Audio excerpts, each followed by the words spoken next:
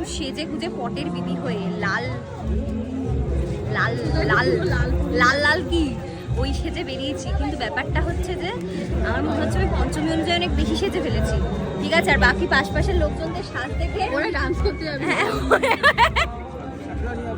আর আমি পুজো দেখতে যাচ্ছি, ওরা হিপ হপ ডান্স করতে যাচ্ছে।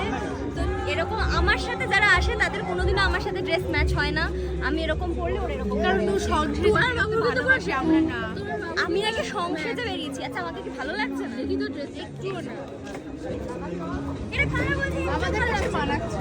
মানাবে কি করে? এরকম করে বেরিয়েছি, ছি যাচ্ছি বল, আমি যা করেছি পুজো তুই অনেক করেছি। এটা তুমি তো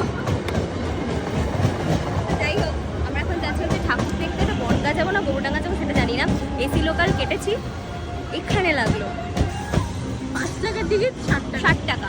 গৌরডাঙ্গা যেতে 5 টাকা লাগে। এই টিকিটটা দেখি বড় লোকের টিকিট।